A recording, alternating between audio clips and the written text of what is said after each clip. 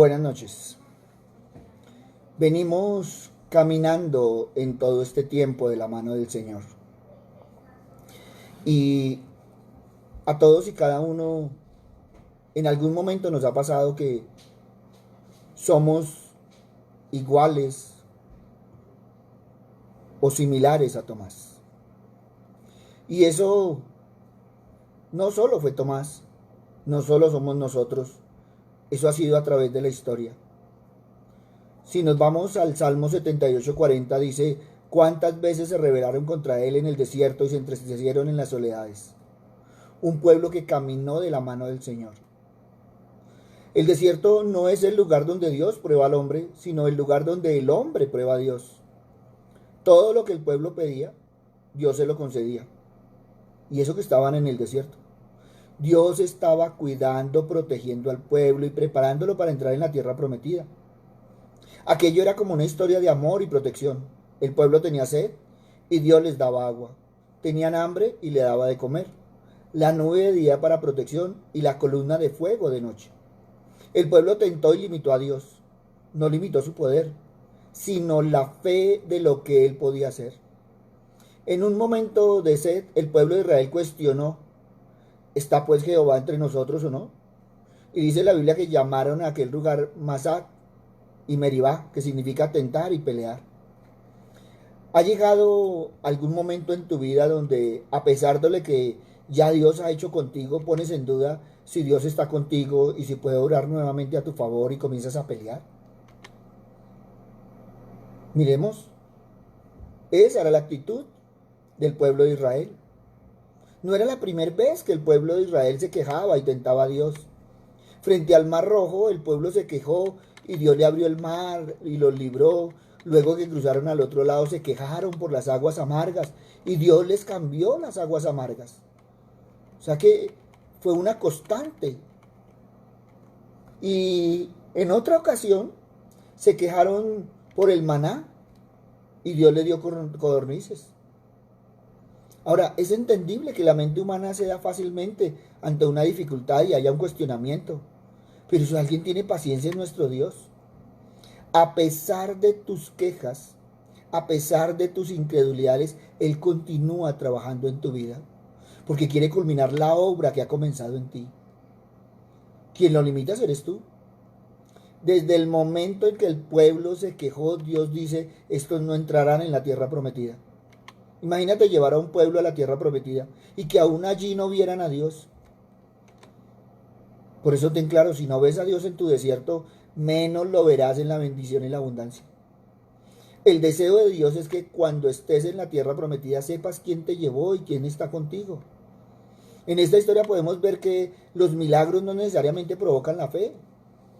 Y tú puedes leer todo el paso de Israel por el desierto. Y verás que por más que el Señor los consintió, no acercaron más su corazón a Dios. Para un corazón mal agradecido nunca es suficiente lo que Dios ha hecho. Muchos, y entiéndeme bien, muchos no necesitan un milagro, no necesitan otro milagro. Lo que necesitan es reconocer la presencia de Dios. Y ahí sí milagros llegarán a sus vidas. No limites a Dios, vive una vida ilimitada. Pero si seguimos examinando, el Salmo 106:24 nos dice: aborrecieron la tierra deseable, no creyeron en su palabra. Y está hablando de cómo esa generación que salió nunca entró en la tierra prometida a causa de su falta de fe. Y la relación que Dios establece entre el aborrecer la tierra prometida y no creer en su palabra, pues es muy clara. Es que la vida abundante que tú puedes vivir está estrechamente ligada a tu fe. Creer en la palabra y las promesas de Dios. El entrar a la tierra prometida es un paso de fe a un camino en la fe. Al no creer en su palabra, en sus promesas fieles, pues estamos aborreciendo la vida abundante que Cristo vino a darnos. Y así jamás cumpliremos con el propósito divino para nuestras vidas. Jamás nos ocuparemos de esas buenas obras que Dios preparó de antemano para que anduviésemos en ellas. Pero Pablo fue mucho más allá. En 2 Corintios 4:4 dice, en los cuales el Dios de este mundo ha cegado el entendimiento de los incrédulos para que no vean el resplandor del evangelio de la gloria de Cristo, que es la imagen de Dios. Y aquí ya se está centrando, ya no en el pueblo de Israel, sino se está centrando en nosotros. Ahora, tú sabes quién es el Dios de este mundo. Él cega la mente porque en el campo en el que puede operar sobre el creyente es en la mente. Y entonces, ¿qué hace? Coge la mente y la mantiene embotada en el conocimiento, en los argumentos y en la mentira. ¿Y no es así como veníamos en esta carrera loca? Una mentira solo necesita repetirse tantas veces que se vuelve verdad. Y se vuelve verdad para todo aquel que la escucha. De modo que el enemigo puede tergiversar cualquier verdad, empezando con una mentira que hace mella en la mente del hombre. De modo que cuando van a escuchar la palabra, la luz que esta trae consigo no puede revelar las mentiras que han creído, porque su mente se encuentra cegada por la oscuridad. Ahora, si a esto le aplicamos no solo el escuchar, no solo las mentiras, sino las redes sociales, ¿en qué quedaríamos? ¿Cuántas cosas por las redes sociales se creen como ciertas y nada tienen que ver con la realidad? Y habla tú de la palabra del Señor a ver si ven claridad en ello. Ahora, todo esto es porque la mente se encuentra cegada, oscurecida. No pueden comprender que toda la escritura la revela Cristo. Ellos se detienen en los detalles, en lo que se genera conflicto en sus mentes, en lo que es lo que parece ilógico. Pero todo esto es que no hay fe en ellos. Ahora, ¿y cuando nosotros dudamos? Pero si vamos a Romanos 1:21 que dice, pues aunque conocían a Dios, no le honraron como a Dios ni le dieron gracias, sino que se hicieron vanos en sus razonamientos y su necio corazón fue entenebrecido. Y aquí tenemos la historia del hombre en su carrera y en todo el tiempo hasta que el Señor nos llevó a la casa. El hombre no venía avanzando ni física, ni moralmente, ni intelectualmente, ni espiritualmente. Eso de que el hombre venía creciendo, no. La propensión del hombre es ir hacia abajo. La verdad es que el hombre se estaba alejando de Dios y el mundo estaba más lejos de Dios que en el día de hoy. Como jamás se encontró en toda la historia. Miren, se puede comprobar de hecho que cualquier tipo de gente, inclusive los salvajes más viles, en cualquier periodo de su vida, y puede leerse usted la historia, sabían mucho más de lo que hicieron. Y que sabían lo suficiente como para poder progresar cómodamente y poder desarrollarse. Ahora, cuando nosotros leemos, encontramos que las personas tenían más de una carrera. Arquitectos, ingenieros, matemáticos. Y hoy en día con una carrera que dice la gente, uy, no, eso está muy pesado. No. Entonces si vemos, no vamos creciendo, sino vamos decreciendo. Y se estancó. Mire, el hombre se estancó tanto que lo primero que hizo fue alejarse de Dios. Jamás en la historia. Y lo podemos comprobar a través de la historia. Porque siempre encontramos gente que sabía mucho más que hoy en día. Mucho más de lo que realmente desarrollaban. Mire, el hombre hubiera hecho lo que tenía que hacer. ¡Wow! Hubieran podido ser más grandes todavía. Si solo hubieran hecho lo que sabían que debían hacer, que podían hacer, que tenían las capacidades de hacerlo. Ningún tipo de gente ha vivido jamás conforme a la luz que han tenido. Y si tú miras, la tradición revela que alguna vez en el principio adoraban al Dios vivo y verdadero. Y puedes estudiarlo en cualquier cultura. Pero ¿qué pasó cuando conocieron a Dios? Se alejaron de Él. ¿Y qué pasó cuando conocieron a Cristo como ese Dios maravilloso que había venido a la tierra? El Hijo de Dios, el Mesías. Cuando entendieron el poder, cuando lo tuvieron cerca, se apartaron de Él. Ahora, esto no es de ahora. La caída del hombre en el huerto del Edén es una caída del conocimiento de Dios y de una comunión con Él. Cayó de la esfera del conocimiento de Dios y de la esfera de la comunión. No le dieron su debido lugar y el hombre llegó entonces a ser independiente, autosuficiente y altivo. Ahora, yo estoy hablando a través de la historia y parece que estuviera describiendo el hombre de hace un mes, de hace 2 meses. No es extraño pues que los hombres proclamasen en un momento de la historia que Dios estaba muerto. Y cuando nosotros miramos en el pasado, la familia humana no sugirió que Dios estaba muerto, simplemente le dieron la espalda, se convirtieron al hombre en su Dios. No podemos dejar de darle gracias a Dios, porque cuando tú dejas de ser agradecido con Dios, revela que has roto su relación con Él. El dar gracias es parte integrante de la vida de nosotros como cristianos. Dad gracias en todo porque esa es la voluntad de Dios para con vosotros en Cristo Jesús.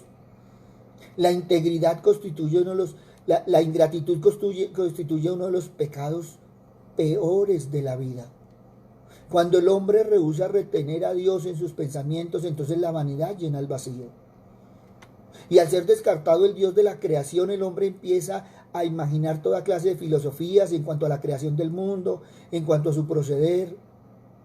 Y entonces vemos la rebelión intelectual contra Dios. Y esto todo lo vemos que llegó hasta nuestro tiempo. Esto conduce a la inhabilidad para distinguir o discernir entre la verdad y el error. Y entonces se venía cumpliendo la palabra que a lo bueno le llamábamos malo y a lo malo bueno. ¿Y de dónde empezó todo ello? De la incredulidad. Y profesando ser sabios se hicieron necios, puesto que el mundo mediante su sabiduría no reconoció a Dios a través de las obras que manifiestan su sabiduría. Agradó a Dios salvar a los creyentes por la locura de la predicación. Mire que la Biblia nos está hablando muy claro, muy claro. Y es triste ver cómo no hemos escuchado, cómo no hemos entendido lo que la palabra de Dios nos dice. Pero la palabra no se queda ahí. La palabra dice, y cambiaron la gloria del Dios inmortal por imágenes del hombre mortal, de aves, de cuadrúpedos y reptiles. Y entonces, ¿qué apareció? La idolatría. La idolatría es pues una caricatura de Dios y constituye una calumnia y estima contra Él. A través de los siglos el ser humano descendió, se fue degradando en vez de ascender y progresar. Y desde un punto de vista espiritual se fue apartando de Dios. Pero, ¿qué nos dice el profeta? Buscad al Señor mientras puede ser hallado, llamadle en tanto que está cercano. Deje el impío su camino y el hombre inicuo sus pensamientos y vuelva hacia el Señor, y el cual tendrá de él misericordia, al Dios nuestro, el cual será generoso en perdonar. ¿Y saben qué? Que si vamos a evaluar dónde tendrá lugar el encuentro con Dios, y ese encuentro lo tenemos al pie de la cruz, donde Cristo su Hijo murió recordando que Él también resucitó para poder declarar justos a todos aquellos que por la fe vengan a Él. Y por eso, cuando nosotros miramos a Tomás y leemos en Juan capítulo 20, 25, 29, donde los discípulos vinieron y le dijeron, hemos visto al Señor, y Él le dijo, si no veo en sus manos la señal de los clavos y meto mi dedo en el lugar de los clavos y meto mi mano en su costado, no creeré. Y hasta ese punto llegó. Ahora, ¿quién era Tomás? ¿Con quién andaba Tomás? ¿Qué había vivido Tomás? Y le pasó a Tomás. Pero ¿qué nos dice la palabra? 8 días después estaban otra vez sus discípulos dentro y con ellos Tomás. Llegó Jesús, estando las puertas cerradas, se puso en medio y les dijo, paz a vosotros. Luego dijo a Tomás, pon aquí tu dedo y mira mis manos, acerca tu mano y métela en mi costado, y no seas incrédulo sino creyente. Entonces Tomás respondió y le dijo, Señor mío y Dios mío. Y Jesús le dijo, porque me has visto, Tomás, creíste, bienaventurados los que no vieron y creyeron.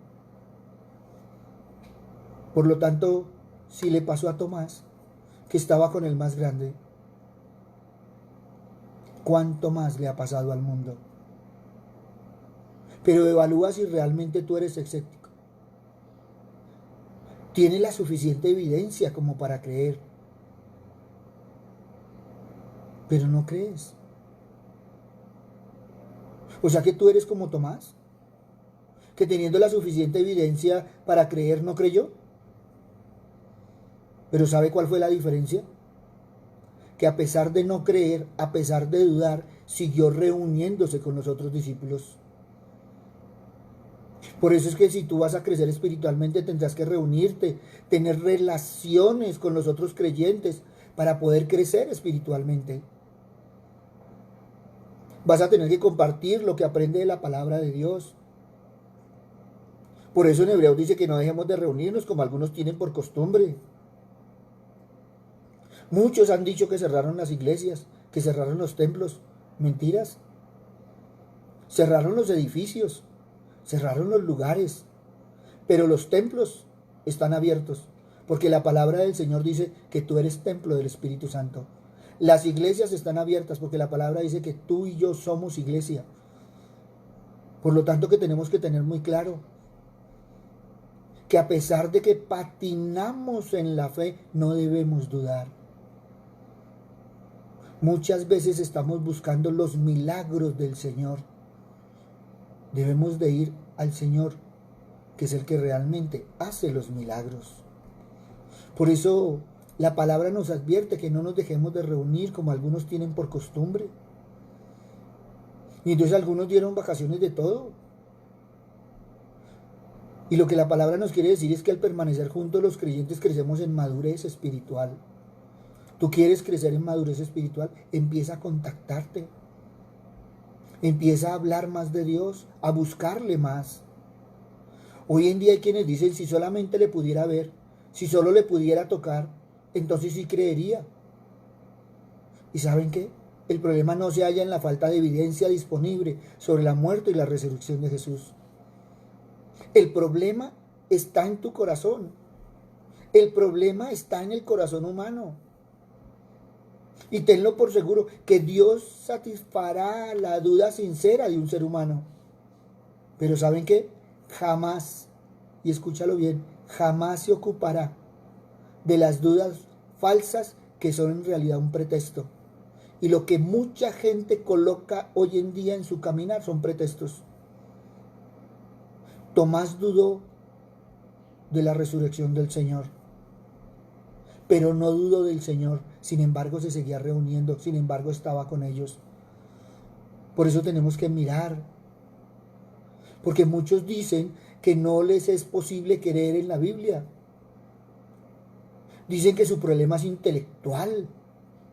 Dicen que con todo lo que han leído, la Biblia se contradice. ¿Y saben qué es lo cierto? Que la mayoría no cree en la Biblia a causa de los problemas morales que tienen.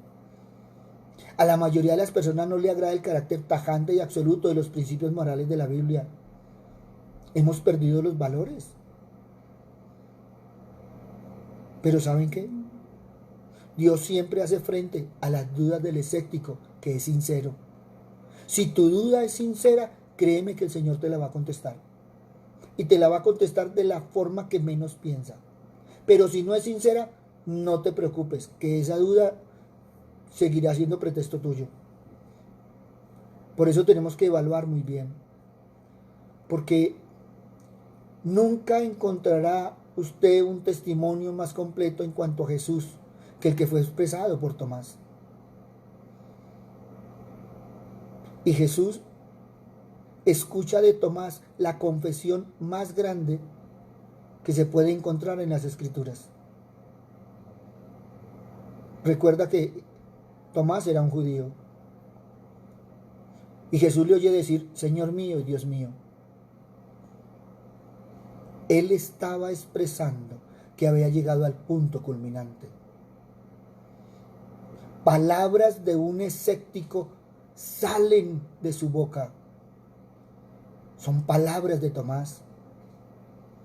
Pero ¿qué contesta el Señor? Que hay una bendición especial para nosotros que hoy creemos en las evidencias de la muerte y resurrección de Cristo. Por eso, si tu duda es sincera, no te preocupes en manifestarla. Pero si es un pretexto, siempre vas a caminar con dudas y pretextos. Y el Señor no se va a preocupar por contestarlas. Por eso evaluemos y saquemos de nuestro corazón el israelita que siempre hemos tenido. El israelita que siempre ha dudado, el israelita que siempre ha buscado los milagros, el israelita que siempre ha querido que el Señor lo bendiga, a pesar de su caminar. Pero así como aprendió Tomás, debemos aprender todos que el Señor siempre se preocupa por la obediencia. Y debemos obedecerle. Y debemos aprender de Pablo que hay que ir a la cruz, hay que arrepentirnos, hay que dejar todo en la cruz, crucificarnos nosotros para que Jesús crezca en nosotros. Ya no vivo yo, sino Cristo vive en mí, y lo que ahora vivo, lo vivo en la fe del Hijo de Dios. Ahora, ¿quién fue Pablo? Si Tomás fue escéptico, Pablo fue un incrédulo. Ahora, él creía estar defendiendo su fe, pero después se dio cuenta que la fe que él defendía era su fe y no la fe puesta en el Hijo de Dios. Y encontramos ese trascendental cambio. Pero Pablo, para ese cambio, tuvo que estar sin la luz de sus ojos para poder ver con la luz espiritual. Pablo tuvo que aprender a ver con sus ojos espirituales. Y muchas veces es lo que nos ha pasado a nosotros. Vemos con nuestros ojos racionales y no con nuestros ojos espirituales. Por eso aprendamos de Tomás, aprendamos de Pablo, que a pesar de su caminar, que a pesar de su escepticismo, que a pesar de su incredulidad, caminaron firmes el camino de Jesús. Y por eso sigamos las pisadas del Señor. Muchos están tomando de la mano del Señor y yo le doy gracias a Dios por eso. Pero que no sea por el tiempo del miedo a un virus, sino que sea realmente porque quieren abrir su corazón al Señor. El Señor ha abierto las casas para que seamos iglesias. Ha abierto los templos para que pueda habitar en nosotros. Todo esto ha sido un proceso maravilloso del Señor para que tú y yo cambiemos. Yo estoy de acuerdo porque todo el mundo dice que cuando salgamos de esta no va a ser el mismo mundo. Y qué hermoso, porque las familias se están fortaleciendo para fortalecer las sociedades. Pero ¿sabe cuál es un problema? Que vamos a salir realmente sabiendo quién es quién. Cuántos somos y cuántos quedamos. Los que sí y los que no. No como dos bandos, no. Los que tomaron al Señor por el momento y buscaban los milagros del Señor, y los que realmente caminamos con el Señor. Ahora, muy claramente nos han advertido, este es uno de los primeros virus bravos del caminar y que vamos a tener que convivir con él. ¿Qué vas a hacer tú caminando con el virus? Yo te puedo decir lo que yo voy a hacer, y es que vamos a caminar de la mano del Señor, porque con la fe que yo tengo, ninguna plaga tocará mi morada. Y yo y mi casa le serviremos al Señor. Y habitaré bajo la sombra del Omnipotente. Él guiará mis pasos y Él me dará la victoria. ¿Y saben por qué? Porque ya Dios hizo todo lo que tenía que hacer. Cristo hizo todo lo que tenía que hacer. Ahora es la decisión que yo tomo. Esa que yo ya tomé, por la cual yo sigo dirigiendo mis pasos. Por eso hoy el Señor nos ha dado este tiempo para evaluar y podemos tomar la decisión precisa y concreta para no dudar más en nuestro corazón, para no ser más escépticos y para empezar a caminar de la mano del Señor. Y qué hermoso, porque al caminar de la mano del Señor empezamos a adquirir la identidad del Señor, que no es aquí en la tierra sino en el cielo. Y entonces tenemos una nueva familia y es la familia de Dios. Y entonces empezamos a vivir las bendiciones del Señor, el amor del Hijo y la guía y protección del Espíritu Santo. Y con semejante séquito, ¿qué podemos dudar? Solo sabemos que vamos de bendición en bendición y de gloria en gloria, confesando las maravillas que viene haciendo en nuestra vida, en la vida de nuestra familia y nuestro altar, siendo un lugar de adoración para el Señor.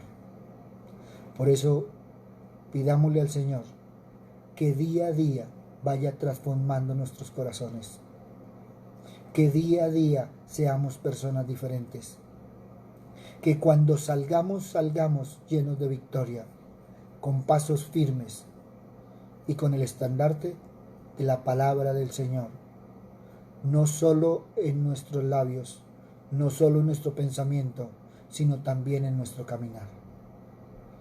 Estamos siendo probados en el testimonio, y qué hermoso ser testimonio, no solo para Dios, sino para nuestra familia y todos los que nos rodean. Por eso, deja la incredulidad y tómate de la mano del Señor. Señor Padre misericordioso, hoy te damos gracias, Señor Padre amado, porque sabemos, Señor Padre misericordioso, que tú estás limpiando nuestros corazones, que has limpiado nuestro caminar y has querido cambiar, Señor, el mundo. Papito Dios, gracias, Señor, porque mientras muchos se sienten encerrados, nosotros nos sentimos bendecidos en casa. Mientras muchos se sienten amargados por estar conviviendo, nosotros nos sentimos felices y bendecidos por estar en familia. Por eso te alabamos, te bendecimos y te glorificamos y te damos gracias, Señor. Padre misericordioso, sabemos que en todo este proceso, Señor Padre misericordioso, han habido bajas, Señor Padre amado. Se ha hecho tu voluntad, Señor Padre misericordioso. Tú has permitido tantas cosas en este mundo. Pero también, cuando miramos la palabra, entendemos, Señor, que muchas de las cosas que han sucedido, por no decir que todas, han venido del corazón del hombre, aunque el hombre haya querido creer y afirmar que vienen de tu corazón.